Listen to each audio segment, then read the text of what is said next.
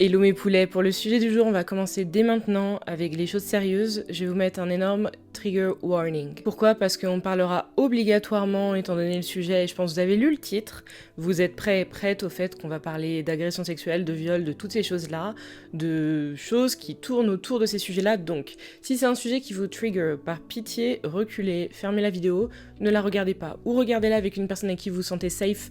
Vous faites comme vous le sentez, mais en tout cas ne vous forcez pas, ne vous mettez pas dans des situations dans lesquelles vous allez vous sentir mal si c'est quelque chose qui vous touche, si c'est quelque chose qui touche quelqu'un que vous connaissez, et dans tous les cas si c'est juste un sujet qui vous touche. Mais sinon, bonjour mes poulets, bienvenue les beautés, et bienvenue surtout si c'est la première fois que vous cliquez ici.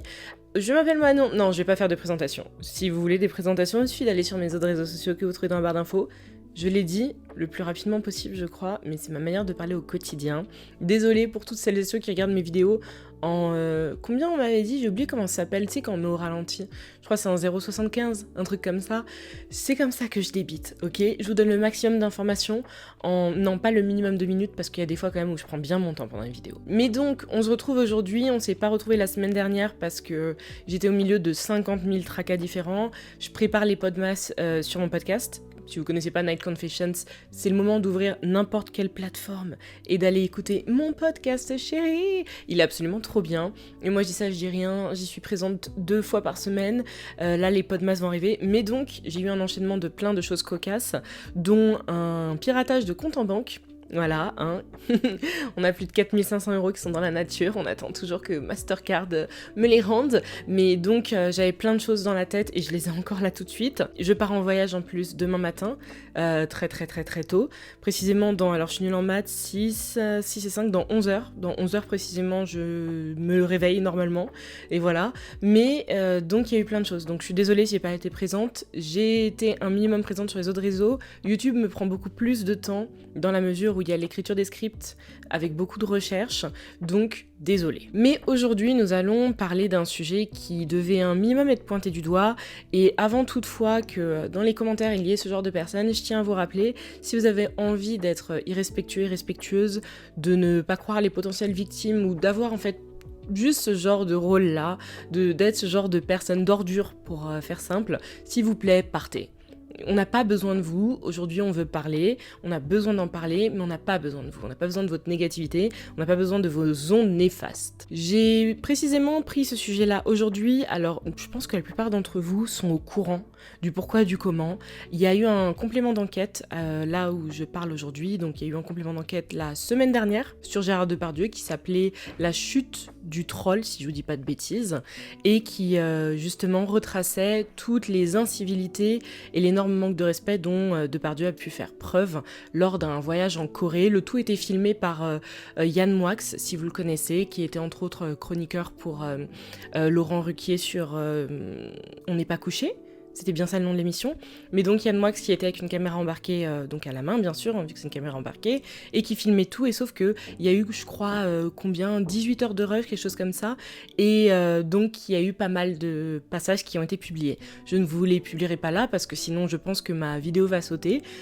Obligatoirement, il va y avoir des restrictions derrière, parce que c'était un langage qu'on ne peut pas appeler de cru, mais qu'on va appeler d'irrespectueux. On avait des images de Gérard Depardieu qui, à chaque rencontre, et c'est ça qui a été assez fou dans ce complément d'enquête, à chaque rencontre avec une femme lors de ce voyage en Corée, chaque rencontre, il faisait un commentaire sexuel dégradant au niveau de cette femme. Et il y avait un interprète avec eux, entre autres, pour vous, ça c'est un peu tout le truc, et donc derrière cet interprète-là, le problème c'est que, imagine t'es la personne qui doit traduire en coréen tout ce que tu entends là. Mais des dingueries que je n'ai même pas envie de vous dire, au point où il est même allé jusqu'à carrément avoir des commentaires sexualisants sur une fillette. Enfin, c'était quelque chose. Vous pouvez regarder à nouveau ce complément d'enquête qui est en replay sur France 2, et ça a ramené donc tout un flot de questionnements, parce que certains et certaines sont au courant, entre autres, outre ce complément d'enquête-là, que Gérard Depardieu, il y a pas mal de casseroles, si on peut appeler ça juste des casseroles derrière lui. Des casseroles qu'on appellera tout simplement des plaintes pour agression sexuelle. Parmi elles, on aura Anouk Grimbert, Hélène Darras et Charlotte Arnoux, qui ont vraiment été celles qui ont ouvert la voie en fait, et qui ont permis à, je crois, une quinzaine de victimes de venir derrière. Aujourd'hui, mon but, c'est pas obligatoirement de vous retracer l'affaire de Depardieu. Vous l'avez vu au niveau du titre, on va faire quelque chose d'assez global, mais je voulais vous expliquer pourquoi j'ai décidé d'en parler maintenant. Parce que bien entendu, ce complément d'enquête-là a remis de l'huile sur un feu qui devait à nouveau être enflammé. Je tiens à dire, la flamme devait totalement être ravivée. Pourquoi ? Tout simplement parce que c'est un sujet qui, je pense, a été un peu resté dans un fond de placard et pas suffisamment pris au sérieux. Et là, avec justement tous les rushs, et ce sont des rushs, enfin, je tiens à dire quand même que Yann Moix, je ne sais pas s'il se rend compte de ce qu'il avait dans sa carte mémoire avec ces heures de rush là, c'est absolument immonde et horrible, et je me dis d'un côté, heureusement qu'on a pu voir et entendre parce que tu le vois et tu l'entends.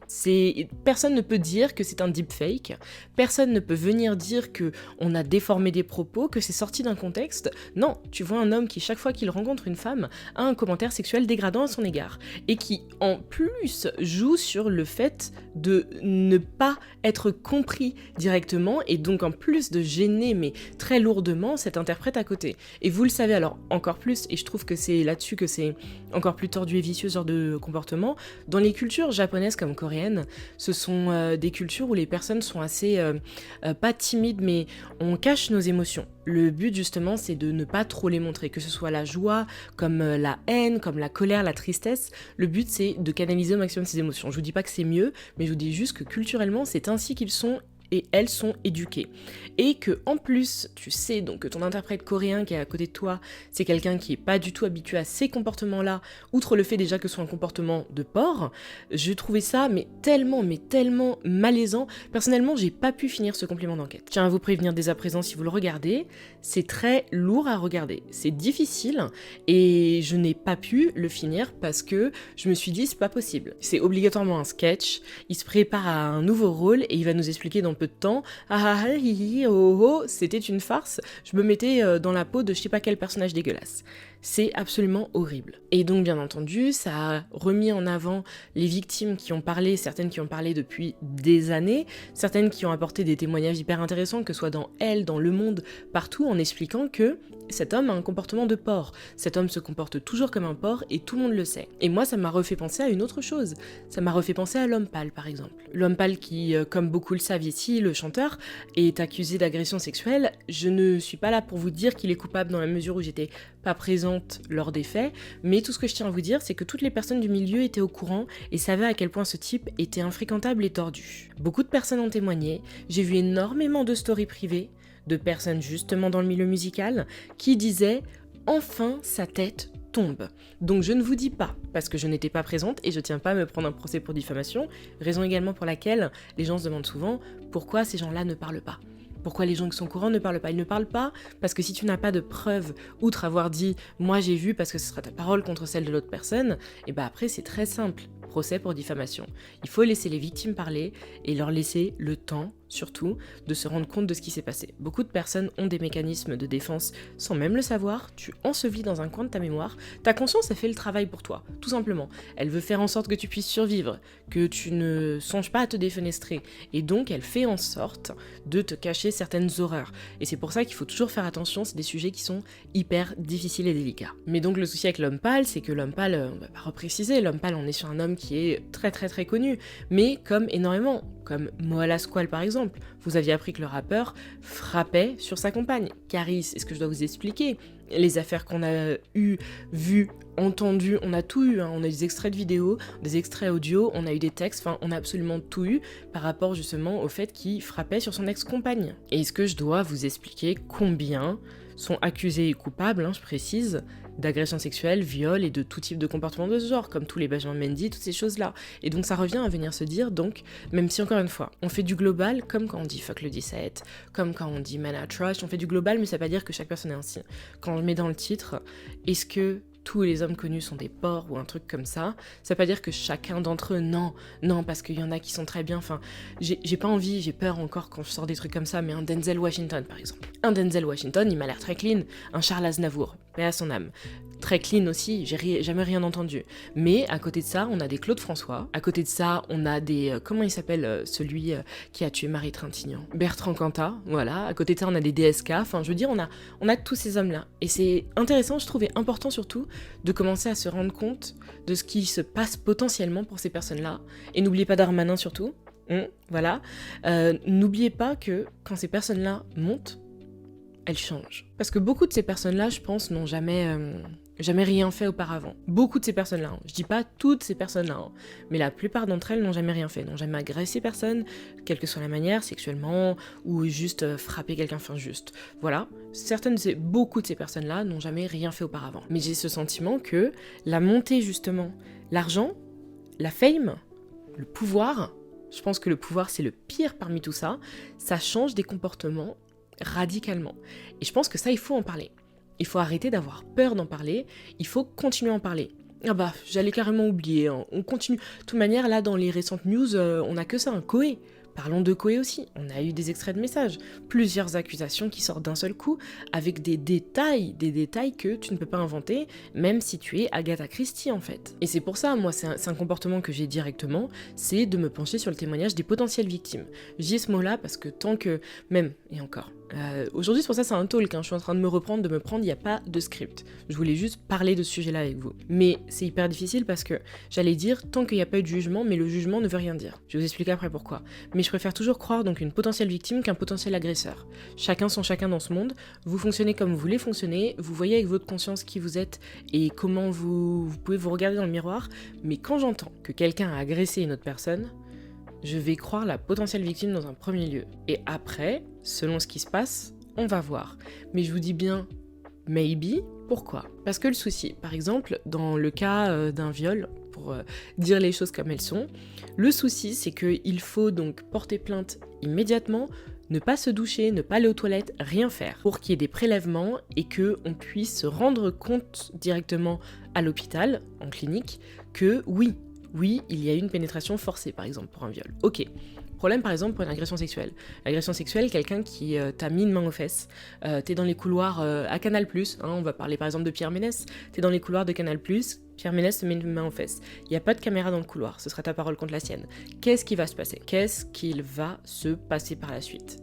Et c'est ça qui est très difficile. Et c'est pour ça que moi, sur beaucoup de cas, je me rangerai toujours du côté des victimes, mais même si après on dit il n'y avait pas assez de preuves pour inculper la personne, je resterai du côté des victimes selon tous les témoignages. Pourquoi ? Parce que quand tu prends des cas comme Benjamin Mendy, joueur de foot, je peux pas me dire que oui, il est innocent parce qu'il n'y avait pas assez de preuves. Non, pas du tout.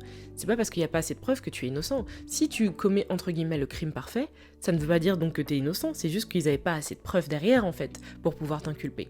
Et c'est ce qui s'est passé pour le coup, mais en me penchant sur les témoignages des victimes qui ne se connaissaient pas, aucune d'elles ne se connaissait, aucune d'elles n'avait rien à gagner. Qu'est-ce que tu as à gagner ? Rendez-vous compte, vous n'avez rien à gagner quand même. Enfin, pour toutes les personnes qui pensent qu'il y a ce truc de elles vont prendre de la thune, elles vont devenir riches, elles veulent la fame, elles veulent être célèbres, elles veulent... Vous êtes zinzin, vous êtes des tarés. Vous vraiment, on vous a bercé trop près du mur. Faut que vous le sachiez. Et c'est un comportement, il faut réellement cesser ça parce qu'en fait, ces personnes n'ont rien à gagner. Au contraire, derrière, quelqu'un peut se retourner contre toi. C'est ce qui va se passer. Et sachez que les fausses accusations d'agression sexuelle et viol, ça concerne entre 1 et 3% des dépositions et des procès, de tout confondu, entre 1 et 3%. Ça varie selon les pays, mais on est sur ces taux-là. Je sais que ça reste un gros chiffre en se disant que potentiellement il y a des innocents et innocentes qui se prennent quelque chose dans la gueule par la justice, et je suis tout à fait d'accord. Mais rendez-vous compte du pourcentage par rapport à ce que les gens veulent vous faire croire quand ils disent elles veulent la fame, elles veulent du buzz. Non. Vous aurez 99 à 97% qui seront réels. Rendez-vous bien compte. Et surtout, rendez-vous compte que sur ce pourcentage de personnes qui auront porté plainte et seront allées jusqu'au procès, il y a un pourcentage énorme qui sera resté à la maison et qui n'osera pas faire ce pas, et un pourcentage qui s'est carrément suicidé. Just think about it. Parce que moi, je crois que c'est un truc ça me glace le sang quand je vois ça sur les réseaux. J'ai vu ça par rapport à Koé, quand plusieurs médias, Période Studio, je sais plus qui c'était d'autres, non c'était pas ta page, je sais plus, Views France peut-être, qui avait publié donc des extraits, et les faits en fait, tout simplement, et les copies des messages et ces choses-là, et les gens dans les commentaires. Non mais je suis sûre que c'est pour du buzz, enfin, moi je l'ai rencontré en vacances avec ma femme et c'était un homme absolument gentil. Et après tu lis un truc du style personnellement, je le crois innocent tant que j'ai pas plus de preuves que des échanges de messages. Ça peut être falsifié, des choses comme ça, et puis on sait comment elles sont. Enfin, flemme en fait. Absolument flemme. Je sais pas quel genre de conscience vous avez, comment vous avancez dans la vie, c'est-à-dire que ta fille, ta voisine, n'importe qui va t'expliquer avoir subi une agression sexuelle ou accuser quelqu'un et tu vas dire excuse-moi mais j'ai besoin de plus de preuves pour réussir à te croire. Non, tu vas l'écouter. Non, tu vas l'écouter, tu vas lui proposer une épaule sur laquelle se reposer et pleurer parce que c'est le comportement d'une personne normale. Alors pourquoi quand c'est autrui vous le faites pas? Pourquoi quand c'est un mec connu, ça y est, c'est fini? Pourquoi quand c'est un type que vous appréciez, on oublie toute potentielle culpabilité? Et pire encore quand c'est vos potes. Non, parce que c'est un comportement qui me rend absolument zinzin. Et ce comportement-là, chez les mecs riches, puissants, connus, il faut absolument qu'on en parle. Il faut qu'on parle des Depardieu qui sont absolument des porcs. Il faut qu'on parle des L'Homme Pâle qui sont des porcs immondes. Il faut qu'on parle des Bertrand Cantat qui, à mon sens, devraient être dressés derrière des barreaux. Il faut qu'on parle des Coé qui, je le sens, est un porc. Faut qu'on parle des Pierre Ménès, faut qu'on parle de toutes ces choses-là. Parce que Pierre Ménès, j'en ai touché 2-3 mots sur Twitter il y a 2 ans, un truc comme ça. Parce que ma pote qui m'a présenté à Abba, elle a été agressée sexuellement par Pierre Ménès. Voilà, comme ça vous savez que j'ai une histoire proche avec cet homme-là. Outre le fait que quand je travaillais à Nike, parce que c'est là-bas qu'il l'a agressée sexuellement, il s'est frotté à elle, lui a touché les fesses et tout ça. Hein. Mais donc quand je travaillais là-bas à Nike, chaque fois qu'il arrivait en tant que client, on se prévenait les unes les autres. Parce qu'on savait qu'il allait être là. Certaines restaient dans ce qu'on appelait les stocks tampons. Les stocks tampons, c'est les stocks qu'on a à nos étages où il y a les best-sellers qui sont entassés, qui sont rangés là plutôt même, pour qu'on puisse avoir un accès plus rapide aux best-sellers pour les clients sans avoir à passer par l'énorme stock du magasin, de tout le magasin. Ok, il y en a certaines qui restaient dans cette zone-là pendant le temps où il était à notre étage. Parce que c'est le type qui, quand il te parle, il reste appuyé sur ton épaule. C'est le type qui n'hésitait pas à commenter ton legging et s'il te va bien. Sauf qu'un legging, c'est moulant. Ça savait très bien ce qu'il allait commenter en faisant ça. C'est le mec qui te reluquait de la tête aux pieds en passant par chaque centimètre de toi et qui se gênait pas à ça. Ok, donc ça c'est un truc que je savais que c'était un porc. À quel point je savais pas encore. Je savais que des journalistes de chez Canal+, des chroniqueuses, pas mal de femmes qui l'ont croisé même partout, ont déposé plainte, ont parlé, je le savais, jusqu'au jour où ça touche quelqu'un que tu connais. Et où tout ce qu'il a eu c'est un rappel à la loi. Tout ce qu'il a eu parce qu'elle a porté plainte. Tout ce qu'il a eu, c'est un simple rappel à la loi, vous vous rendez compte? Et je pense que si ça avait été Monsieur Tout-le-Monde, et ben la sentence aurait été différente. Et c'est pour ça qu'il faut qu'on parle de ça. Il faut qu'on parle du fait que beaucoup d'hommes, pas tous, encore une fois, mais beaucoup, une fois la fame, la richesse et le pouvoir, ils ont ces comportements-là et ils commencent à trouver leurs vices normaux parce qu'en plus ils savent que derrière, potentiellement il va rien se passer, il ne va rien leur arriver. Un rappel à la loi, qu'est-ce que c'est? Payer des dommages, qu'est-ce que c'est? Beaucoup sont pas au courant, je ferai un truc détaillé sur cette affaire-là. Cristiano Ronaldo a été accusé de viol par une jeune femme à Las Vegas, je dis pas de bêtises. Il avait, c'était pour Der Spiegel, le média allemand, je crois que c'était Der Spiegel, où dans une interview, il avait expliqué que elle avait répété non à plusieurs reprises. Une personne qui te dit non pendant l'acte sexuel, tu dois t'arrêter parce qu'en fait, à partir du premier non, à la suite, c'est ce qu'on appelle un viol, tout simplement. Et je crois que, si je me souviens, c'est son équipe qui avait contacté Der Spiegel pour pas faire publier, paraître l'interview. Enfin, il y avait eu tout un micmac et lui, il lui a signé un chèque à 6 chiffres. En général, quand tu es innocent, tu vas jusqu'au procès. Tu vas jusqu'au procès parce que tu te dis, je suis innocent en fait. Je suis innocent. Il y a des affaires comme ça, il y en a une multitude, il y en a tellement, il faut qu'on en parle. Et s'il vous plaît, regardez ce complément d'enquête, parce que réellement, je vous dis, regardez ce complément d'enquête. Si vous y arrivez, réellement, c'est à vomir. C'est littéralement à vomir. Ce que vous entendrez est dingue. Imaginez un homme qui rencontre chaque femme et qui a besoin de lui faire un commentaire sur sa touche. Imaginez, s'il vous plaît. Imaginez à quel point c'est ouf. Et tu le vois sur caméra. Sur caméra, il parle à un moment d'une, je crois que c'est une hôtesse coréenne, et où il dit que oui, je suis sûre que sa moule, elle est bien poilue, je sais pas quoi. C'était horrible, mais horrible. J'étais là, horrible. Et si seulement c'était une fois, déjà une fois trop, mais si seulement, je vous jure, vous allez vous rendre compte d'à quel point l'être humain peut être fou. Et des choses comme ça, il faut qu'on en parle. Il faut qu'on continue à en parler. Même si jamais ça vous arrive, si vous connaissez une personne comme ça, tous les Norman, toutes ces personnes-là, il faut continuer à en parler. Même s'il arrive toujours ce qui arrive, même si tout est classé, même si on vous dit il y a pas assez de... Il faut en parler. Il faut en parler. Parce que moi, ça me rend ouf en fait. Ça me rend ouf parce qu'ils vont continuer à penser qu'ils sont tout puissants. Ils vont continuer à penser qu'ils ont le droit. Ils vont continuer à penser que c'est normal d'agir ainsi. Donc pitié, continuez à parler. Et si vous êtes encore fan de l'homme pâle, par pitié, unfollowez-moi, parce que vous êtes des mauvaises personnes. Voilà pour moi aujourd'hui les BG. C'est pas tout ce que j'avais à dire sur le sujet, non, mais c'est une partie de ce que j'avais à dire. Je pense que sur TikTok, je vais aborder ça peut-être d'une autre manière aussi. Mais voilà pour aujourd'hui. J'espère que la vidéo vous a entre guillemets plu. Et n'hésitez pas à me faire vos retours si vous regardez ce complément d'enquête horrible. Et voilà quoi. En attendant, prenez bien soin de vous. Et j'ai envie de dire courage. Voilà. Peace guys.